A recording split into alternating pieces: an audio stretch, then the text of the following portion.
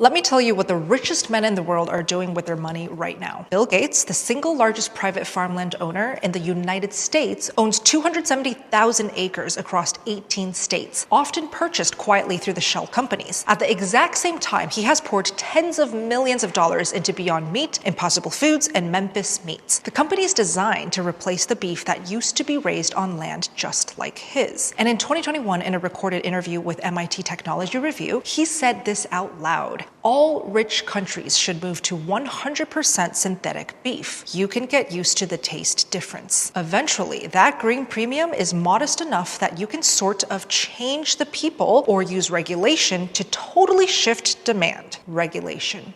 Not your choice. And Gates isn't alone. Jeff Bezos has committed $100 million through his Bezos Earth Fund to establish a global network of research centers dedicated to replacing conventional meat with plant-based, fermented, and lab-grown alternatives. Bezos and Gates have also jointly backed Nature's Find, a Chicago company making meatless patties from fungus, and BlackRock and Vanguard, the two largest asset managers on the planet, are the second and third largest shareholders of Beyond Meat and have been increasing their stakes even as the company loses money. So the most powerful men and institutions on the planet are all moving in the same direction, away from real beef, towards something made in a lab. And now here's what's happening on the ground while all that money moves. The US cattle herd has collapsed to its lowest point since 1951. The cost of running a single cattle operation has gone up over $200 per cow in just 5 years. Generational ranching families are being squeezed off their own land. And while that's all happening, inside the food supply itself, things are even darker than most people realize. A farmer in the UK was on camera revealing that processors are injecting potato starch directly into your beef to make it look better, to weigh more, and to sell for more money. And they're not legally required to even tell you. And a vice president at one of the biggest food companies in America was secretly recorded saying this about the meat his own company sells. We have shit for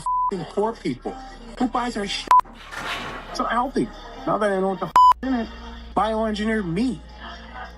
I don't want to eat a piece of chicken that came from a 3D printer. You? He was fired days later. And even if you're staying healthy and avoiding fast food meat, the steak you order at a fancy restaurant can legally be made with glue. And they don't even have to tell you. There are drugs in your pork that are banned in over 150 countries. The list goes on, and every single one of these things is completely legal in the United States. Is it a coincidence that the people funding the replacement of beef are the same people whose asset management firms profit when real ranching fails? I'll let you decide. But what I can tell you is that behind every statistic and every billion-dollar investment, there are real families, real farms, and a way of life that is being squeezed from every direction. So I went straight to the source. Joel McCafferty, fourth-generation rancher with 100 years of family history farming on American soil. If anyone knows what this is actually doing to the people on the ground, it's Joel. So Joel, welcome. Tell us a little bit about yourself. Yeah, well, 1876, my great-grandfather came into the area on my mom's side. My grandfather on my father's side was here in 1903, and we've been on this ranch where we're at right now for 100 years. And when did you first realize that something outside your control was threatening everything you built? I read an article one time that my granddad was interviewed, and some of the same problems then are the same problems we have now. But the biggest change I saw was in the 70s. We had the food chart get inverted, started hearing about margarine being healthier than butter. Didn't really understand them. We weren't really prepared for it. There was no way to communicate to the public through social media or any ways like that. We started taking hits, and cattlemen started going out of business. I would say there was around, I think my numbers are fairly accurate, around 7 million of us in the 70s, and I think we're down to around 600,000 left. That's when we first started seeing kind of the attack on beef. And probably the same people that are attacking you are the ones that have been attacking us forever. Now, Bill Gates is currently the largest private farmland owner in the United States. Ted Turner, Jeff Bezos, Billionaires are buying up American agricultural land at a rate we have never seen before. When you found out about this, what was your first reaction? And what does that actually mean for a rancher on the ground? Almost every rancher I know, somebody in their own family has been affected.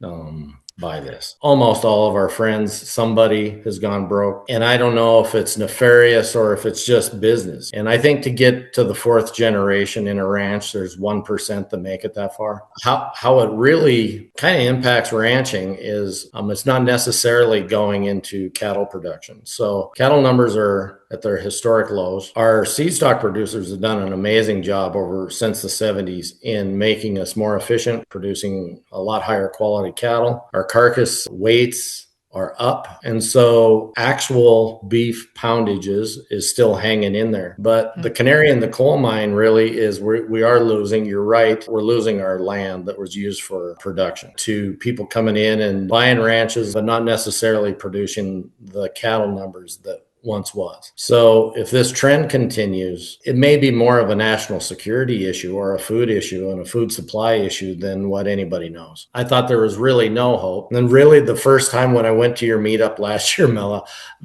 that I think the first time that I heard people talking about beef in a positive way was really at your meetup. I was wearing a cowboy hat and people would come up and say, "Hey, thank you for what you do." And that's the strangest comment. And then I got to know the carnivore community. So for the first time, ranchers feel like, hey, we've got a teammate. We're not trying to tell people what to eat.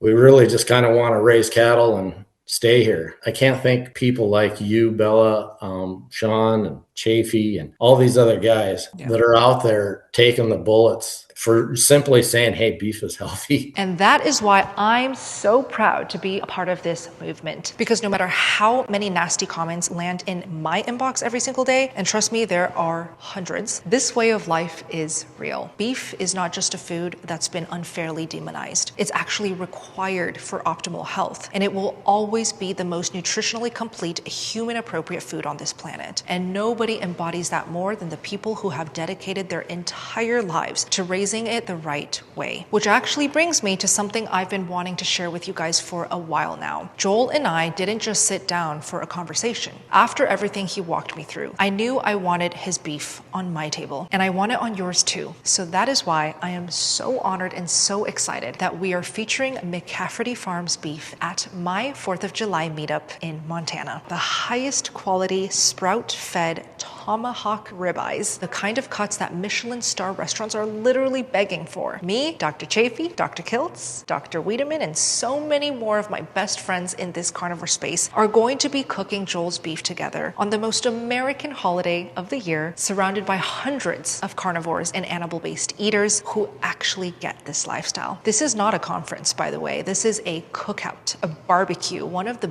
best events you can attend as a carnivore. And tickets are linked down below. They are not going to last forever. They will probably sell out soon. Just go to sbg.events. Early bird pricing will be available for the next 10 days, so do not wait on this one. I think we need to decentralize from cattle being fed all in these areas where they're being fed. It might even be as high as 98% of all the beef born in Montana leaves the state, goes down into the feeder areas in the Midwest and Texas, and then those cattle are fed out. Then they're going to the big four. To have all of our eggs in one basket, I think is really a poor idea. During COVID, in the town close to where we were at, we're in beef country where I'm at, and there was no beef in our grocery stores, our restaurants. We weren't getting beef, and it's because of our food supply chain. And now, next up, this is kind of what I want you to explain so that we can all understand a little bit better. If you were a billionaire buying up American farmland, what would be the strategic reason to do that while simultaneously investing in lab-grown meat and plant-based alternatives?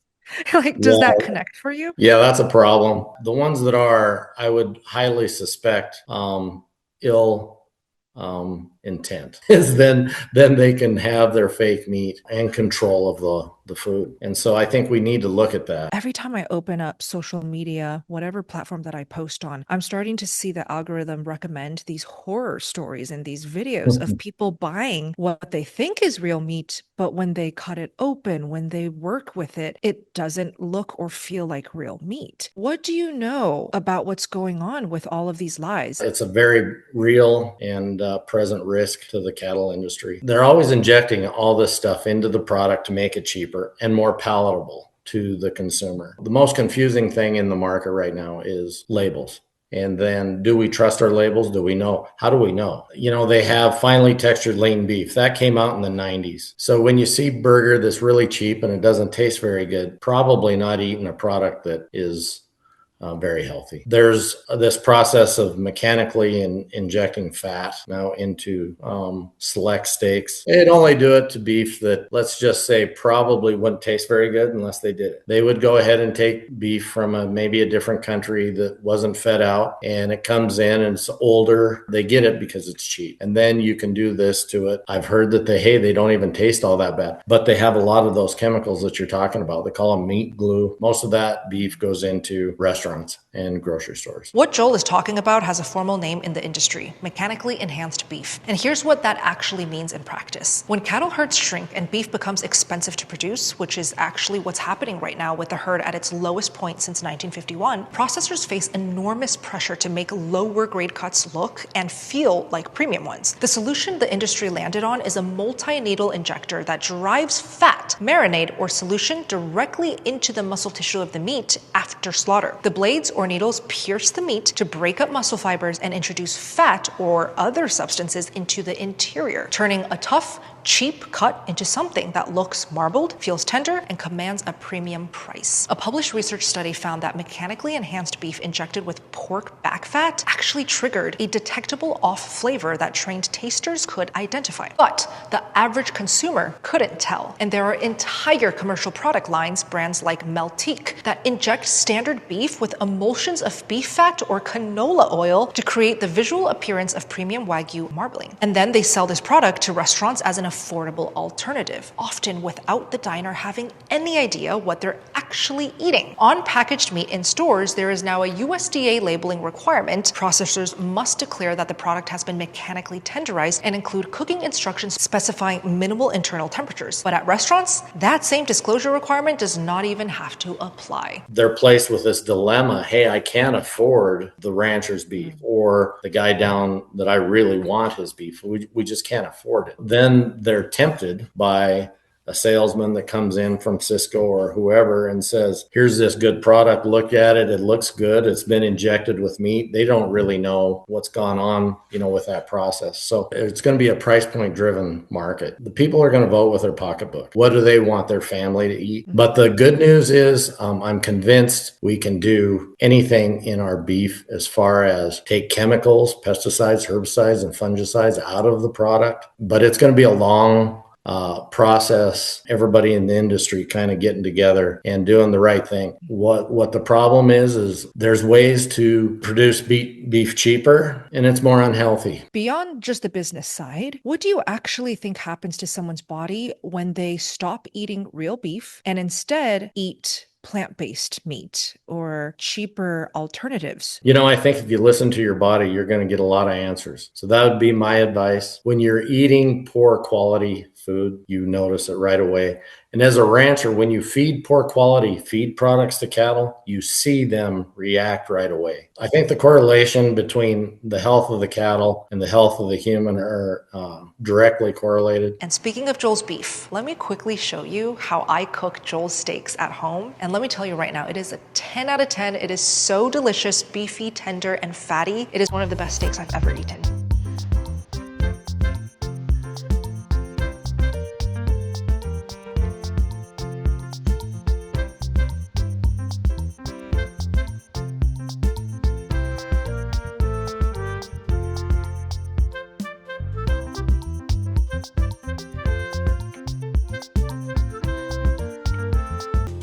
Okay, now that we're done cooking our steaks, I have to talk about something that became a very unexpected priority the second we moved into our new house here in Las Vegas. I cook a lot of meat. You guys already know this. And if you're carnivore, you cook a lot of meat as well. And in my old place, I never really thought about what cooking does to the air in your home. But Vegas is a very different animal. The dust here is relentless. We're here in the desert, and between the outdoor air quality, my cooking, and the fact that we're still still unpacking and settling into a brand new house with construction going on, I started to notice it. The air felt thick, it felt heavy. I was waking up congested every morning for no reason. My eyes were getting irritated, red and dry, and I had this low-grade headache that I kept dismissing as dehydration or stress from the big move. And then one day I actually looked at the dust collecting on the windowsills in my house, and I realized the air in my own home was probably the problem. So I splurged and I got this luxurious, amazing, effective air purifier. It's called the Jaspr air purifier. And I need to tell you,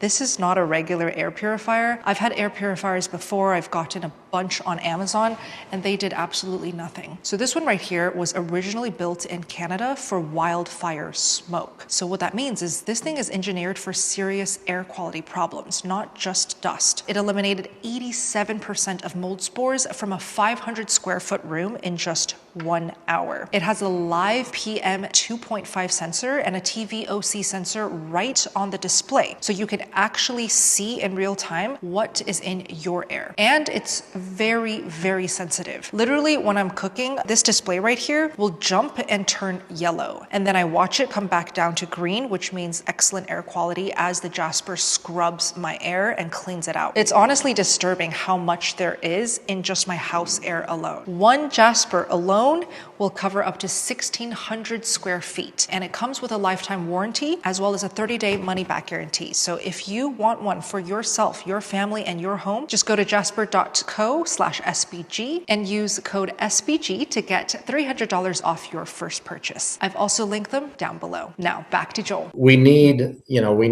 more cattle. We need it to be profitable for the rancher. They have to get paid or this ends at some point. And throughout my history, it's, maybe 2 good years out of 10, maybe 2 years that are break even. And then you got 6 that you're losing money. And so that's kind of the scenario. We're not asking for anybody to feel sorry for us. It's just a cold hard fact. Second to last question here. If you could say one thing directly to a consumer who's thinking about switching to plant-based meat because they think it's either healthier or they think it's better for the planet, what would you tell them? I keep thinking that we're maybe over the hump on some of these questions. The public is moving massively, and it's really thanks to you guys that this message is going out. Plant-based dieting, I'm not gonna, if somebody, is doing it and they want to do it, I'm sure fine with it. The animal welfare issue, the public is so removed from agriculture. They don't understand what it means to be a rancher. That story needs to be told. You wouldn't be a rancher if you didn't love animals. We love our horses. We love our dogs. We love our open spaces. We love our privacy. We love our cattle.